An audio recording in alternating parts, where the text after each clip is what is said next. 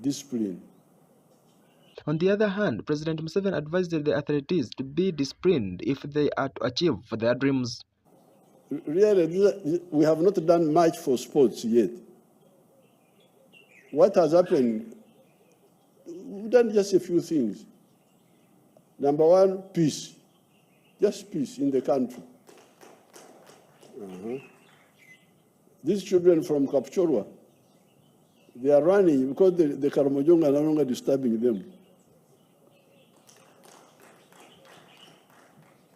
And the Pokot of Kenya are no longer disturbing you. He also informed the athletes that sports have a lot of benefits which include fitness, character formation, entertainment, employment, and creation of publicity. The benefits, number one, fitness. You are fit. Because God created us with bodies which you can train to achieve, to have more output of the same body. Same body untrained will get less output. Trained to get more output. Then character formation. Sports persons don't give up. Because when you are running or doing whatever you are doing, there is always a temptation, Nkoye, why don't I am tired, why don't I stop here? But then the other spirit says, no, you must win. Now that's very good training. Character formation. Some of the sports teach you how to cooperate. Even this running, you can see how to cooperate within your team. So always encourage, when you see young children coming up in the primary school, encourage them to join the armed forces. It is a tactic of capturing, preserving, and developing those talents using our institutions as we wait to generate more resources to concentrate more and more professionally on sports. The First Lady, Mama Janet Kata Museveni, also thanked President Museveni for his total dedication to supporting sports in the country. Mr. President, I thank you for your total dedication to supporting sports in our country.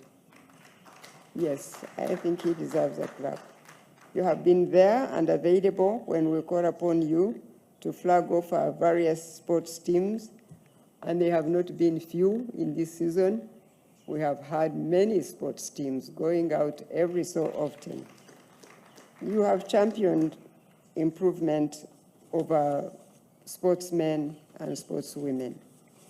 You have been true to your word that as our revenues improve as a country, we shall see more investments in sports. She also revealed that the government of Uganda has funded the development of the world-class National High Altitude Training Center at Tayet in Kapchorwa, and the first phase is now complete. Therefore, I congratulate each one of you, the athletes, the officials that have helped you in getting ready for this lifetime achievement of representing your country in the greatest gathering athletes in the world, the Olympic Games. So I challenge you to take on this role of being ambassadors of your country with such humility, because someone else could have taken your place on this team. Give account for the time the nation has invested in you, much as you committed yourselves to invest in yourselves. The president of the Olympic Committee, Dr. Donald Rukare, informed the president and the first lady that Uganda will be represented by a team of 25 athletes in Paris. As you know, will be held in Paris from the 26th, which is the opening ceremony of July, all the way to the 11th of August this year. Your Excellency and First Lady, Uganda will be presenting a team of 25 athletes. Of these 25 athletes, Your Excellency and the First Lady, 21 are from athletics, and some of them are here. Of those 21, we have a number of them who are currently world champions, 2 of them. Others are defending Olympic champions like Joshua and Madame Peruth. So we have a team, Your Excellency, within that 21 of people who are going to defend their world championships and Olympic medals. The ceremony was also attended by the Minister of State for Sports, Honorable Peter Ogwang, the Minister of Education and Sports Permanent Secretary, Ms. Kete Ramoro, the Chairperson of the National Council of Sports, Ambrose Tashobia, among others. Za Asimweka Jesse, Gntv at 12. Hope and pray that our team Uganda shall emerge the winners at the end of their match. Now, away from that, the Prime Minister of Uganda, Her Right Honorable Robina Nabanja, has clarified on the issues of sustainable development goals in Uganda, called it SDGs, saying that Uganda, through this initiative, is developing faster and faster. The Prime Minister made these remarks during the Uganda's voluntary national review report at the African Union meeting in New York. The Prime Minister of Uganda, Right Honorable Robina Nabanja, told global leaders that Uganda, through extensive national and subnational level consultations, developed 6 strategic commitments aimed at accelerating sustainable development goals, implementation, and driving socio-economic transformation. Currently, the government of Uganda is utilizing domestic revenue mobilization strategy, which is, of course, inadequate. Secondly, Uganda has been accredited to receive climate funds directly by Green Climate Fund and Adaptation Fund, as opposed to previous practice of accessing the funds through intermediaries. However, the process is very slow, complex, tedious, and resource intensive. In addition, a climate finance unit has been established to coordinate national actions to mobilize climate funds from various national and international sources. On my response to the question from Zimbabwe, Nabanja made the remarks while making a presentation during the high-level political forum during the 11th meeting at the United Nations headquarters in New York. Uganda government has implemented several financial strategies, including ensuring peace and security, increased production, productivity, value addition through wealth creation programs such as Paris Development Model, Emioga, Youth Livelihood Program, Women Grow Project. This is funded by World Bank for the vulnerable people. We are also capitalizing Uganda Development Bank to provide cheap credit and financing to the private sector. In response to question 2 by Zimbabwe on financing and debt repayment, here is my response. That enhancing domestic revenue mobilization by implementing tax policy reforms and administrative improvements. We are also implementing the debt management strategy to ensure that our debt remains sustainable in the short term and medium term and long term. We are also strengthening partnerships with development partners and international organizations to access climate finance and expertise. Uganda has prioritized the agro-industrialization programs for increased production, productivity through mechanization and irrigation, value addition, marketing, and strengthening food systems, which are core to addressing hunger. Honorable Robina Nabanja says that To achieve these commitments, the government will integrate them into the 4th National Development Plan 2025-2030, which ushers us into the end of the SDGs in 2030, enhance national and local financing mechanism, strengthen partnerships for localized SDG efforts, including citizen participation, and strengthening the national statistical system.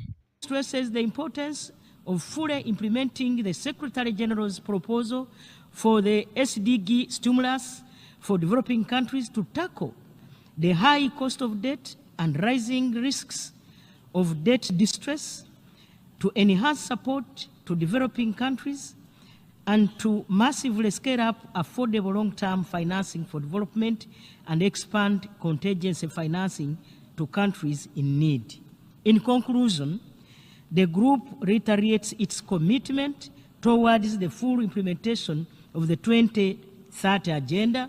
We urge the international community, particularly the developed countries, to provide the required means of implementation to support developing countries to adequately address the challenges they face in their efforts to accelerate the implementation of the 2030 Agenda. I thank you.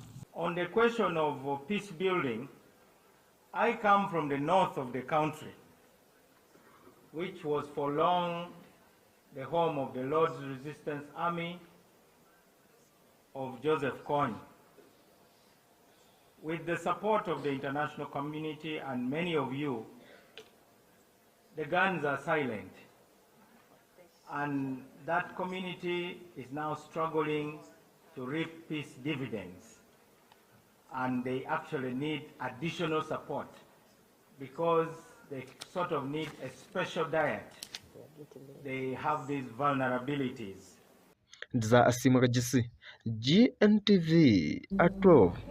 We appreciate your desire for that report. And in other news, the Uganda People's Defense Forces, Coalition UPDF, has commenced a recruitment drive targeting scientists and professionals at the Land Force headquarters in Bombo, Luwero district. This exercise follows the successful conclusion of the recent recruitment of senior 4 leavers. Our reporter has more.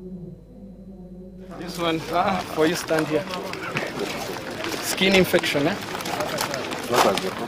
The Uganda People's Defense Forces UPDF commenced the recruitment drive targeting scientists and professionals at the Land Forces headquarters in Bombo, Luwero district.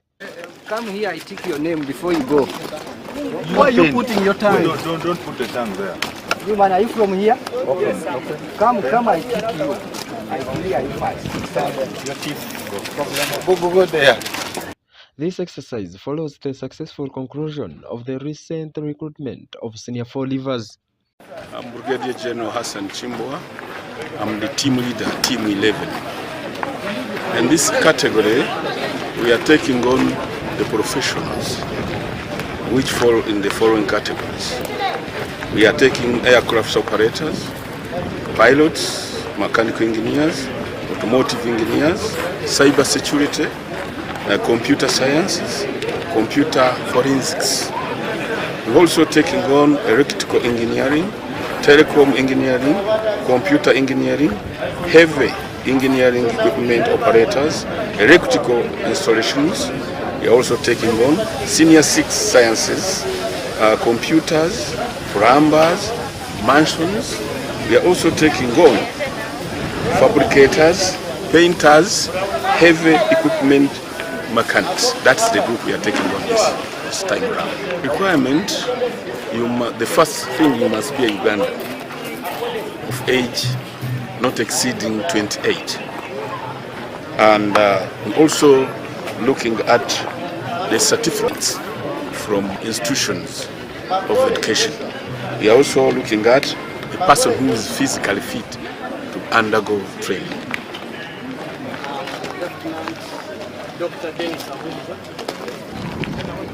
The reason we are here is to choose the best out of you, basing on physical fitness and medical fitness, so that you serve your country like you have showed interest. It's the best decision you've made in life. Not anyone could make it here, but you have made it here, and we congratulate you, and you will surely make part of the best teams in this country, okay? Today we shall basically look at your skin before you run. We shall look at simple things. Then later on, you'll spend the whole day being examined. By the end of the day, possibly you'll be in one of our best military training schools. We don't have the teeth. Some of you have rotten teeth. We end here. Okay? Anyone who has a tattoo? Za Asimakajise, GNTV at 12. You desire for that report now following the new laws passed concerning the verification and registration of products and verifying the standards of these products from companies on the Uganda market. Officials from the Uganda National Bureau of Standards Quality (NBS) have come out to give guidelines to companies in Uganda. Let's take a look. The Prime Minister of Uganda, Right Honorable Robin Nabanja, told global leaders that Uganda, through extensive national and subnational level consultations, developed 6 strategic commitments aimed at accelerating sustainable development goals, implementation, and driving socio-economic transformation. Currently, the government of Uganda is utilizing domestic revenue mobilization strategy, which is, of course, inadequate. Secondly, Uganda has been accredited. This one, for you stand here. That is the UNBS quality mark. That is the mark that is given to an entrepreneur or a manufacturer who has undergone through the certification process and assessment by the national standards body, that is the UNBS. And for you to get that quality mark, one, you must be a registered company, you must have your brand name, you must have manpower, labor, staff at your factory that have been assessed in terms of health, because public health is very paramount, especially for products that are eaten, like food, drinks, even cosmetics, because the health of the person working in that factory will affect the quality of the product. So the other issue about that UNBS quality mark is that it's the mark of quality that we have notified at the East African community level, that we have notified at the African continent for people who are interested in the bigger market within the African continent, like COMESA, SADC. This is the mark that Uganda has notified the entire continent, the ESC, and the world. So when you have this mark, one, it's an assurance to the consumers that your product is safe for consumption. But two, and most importantly, it is the bullet, the magic bullet you need to hit the markets. If you want to go into ESC market, you'll have to give this mark. It is what has been notified by Uganda. So it is our mark as Ugandans that we must guard and defend and work towards achieving. Also, for people who are interested in continental markets at the African level, this is the mark that we have notified at the African Standardization Organization. So this is the mark that will allow you to export to those countries that we have talked about. And we follow the law. There are particular requirements that all manufacturers have to follow or observe. For instance, you must indicate the address where you are packing from or where you are manufacturing from, your name as a packer or manufacturer. You have also got to indicate the quantity of goods that you have packed. And the requirement is that it has to be net. So these other declarations, CJ, 2 kilograms when packed, and so on. All those declarations that create a lot of doubt are not allowed in law. And for the big entrepreneurs, they pay an amount of 1 million, and this amount is paid annually, and the assessments are conducted annually. So for you to be able to use it this year, next year, that means you have to come for renewals on an annual basis. And it is specific on a particular brand of product. For example, if you have a factory and you're producing more than one product, that means you have to pay per product that you want, not that so and so and I have 5 products, so I will pay 500. And why? Because there's been the question, why do you want me to pay when I have already paid? The answer is simple. We assess a product, not a company. Because I will be interested in a particular flavor. If it's a yogurt, I'll be interested in a particular flavor.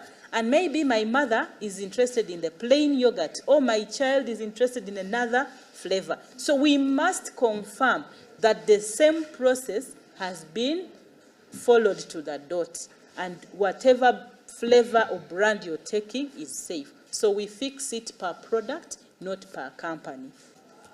We have also got powers to supervise, inspect any premises, be it a store or a factory, where we suspect that underweight goods are being sold or made. The other advantage about our law is that it gives us powers to prosecute, with the help of police, prosecute any offender involved in peddling underweight prepackages. The law makes it easy for us to get these culprits, because it says if you are found making up underweight prepackages, you commit an offense. Delivery, you also commit an offense. Sale, if you are selling underweight prepackages, that's an offense, or purporting to sell, all those are offenses, and they go with the fines, imprisonment, or both. The National Bureau of Standards has an MOU with the Ministry of Energy and Mineral Development. So we do a joint program, and that program is called the Fuel Marking and Quality Monitoring Program, where we mark the fuel, because fuel is imported. Yeah. So at the entry point, the fuel that is destined for Uganda, we have inspectors, UNBS inspectors and Ministry of Energy inspectors, who now assess the fuel at the entry points. And there's a particular chemical we use, we call it a marker, that we introduce to that fuel before it crosses into the country. I've got to caution the public that when we do these exercises, when we try to protect consumer rights, we are doing a job. But the responsibility of ensuring that what we have done, what UNBS has done, also lies on the consumers. Because when we verify equipment, when we verify packages and measuring equipment, the responsibility of ensuring that they are used in accordance to the requirements of the law may also be on your side. GNTV at 12. We appreciate your desire for that report. Now, as we come to the end of our today's bulletin, today in our international news, Kenyans stormed streets of roads yesterday, again asking and demanding His Excellency William Ruto of the Republic of Kenya to step down from the office of presidency, or else they will die on the streets. This week, His Excellency Ruto had to hold peace talks with the youth in the country to find the way forward. At least one person was killed in renewed anti-government protests across Kenya yesterday as police clashed with demonstrators demanding that His Excellency William Ruto should step down. Youth-led protests that broke out a month ago against proposed tax hikes have continued even after Ruto withdrew the legislation and fired almost all of his cabinet.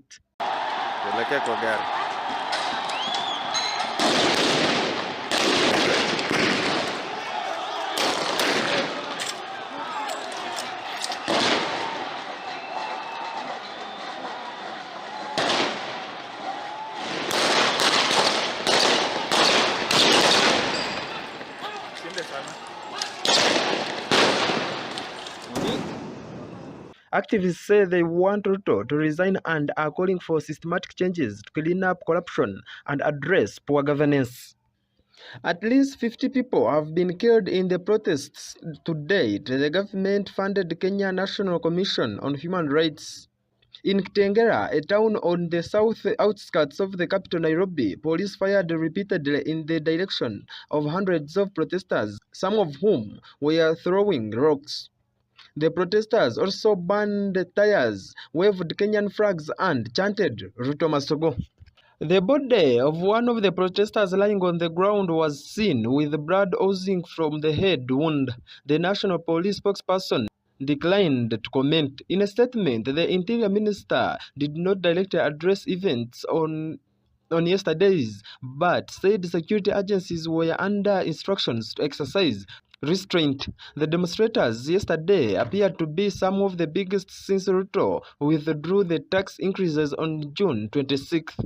The national newspaper reported protests in at least 23 of Kenya's 47 counties. In Nairobi, the city center, riot police fired tear gas at several dozens of protesters, and medics were seen carrying away an injured person on the stretcher. In Nakuru, a journalist was injured, with footage showing her bleeding from her thigh. Njeri Wamingwi, an activist who was protesting in downtown Nairobi, said the demonstration was entirely peaceful until police started firing tear gas. The protests have created the biggest crisis in Ruto's 2 years in power, with Kenya spending over 30% of its revenue just paying the interest bills. On its date, he has been caught between the demands of the leaders to cut deficits and hard-pressed population reeling from rising living costs. The International Monetary Fund, IMF, has been a major target for the ire of young Kenyan protesters who have accused it of being the driving force behind the proposed tax hikes. The IMF has said its main goal through its lending programs with Kenya has been helping the country overcome economic challenges and improve its people's well-being. Ruto's office had announced multi-sectoral talks for this week to address grievances raised by the protesters, but there was no sign they had begun. The protests began peacefully but later turned violent. Some demonstrators briefly stormed Parliament on June 25th and the police opened fire. In addition to the 50 deaths, 413 people have been injured, 682 have been arbitrarily detained, and 59 have been abducted or are missing in action with the protesters. Ruto has promised to investigate accusations of abuse, but has broadly defended the conduct of the police. Last week, he accepted the resignation of the National Police Chief, whose ouster has also been demanded by protesters. On Monday, Ruto accused the Ford Foundation, an American philanthropic organization, of sponsoring those who had caused violence and mayhem in Kenya without providing evidence. The Ford Foundation rejected the allegations, saying it did not fund or sponsor the protests and has a strict non-partisan policy for its grant-making. This is our land. We are dying here. We get justice or we die here. And the irreversible minimum is either the president abide by what the people are telling him. We gave him that power. It is time for him to abide by what we are telling him. Or we demand IMF to come and carry their... Gntv at 12. Thank you, Desire, for that report, and we hope and pray that Kenya shall again be a peaceful country the way it has been. Now, our dear viewers of Gntv, that's all we had for today. I've been Alien at Bandize, Gntv at 12, and do not miss the upcoming lunch hour at King of Kings Church service. Please come and attend with beloved men and women of God. Good afternoon.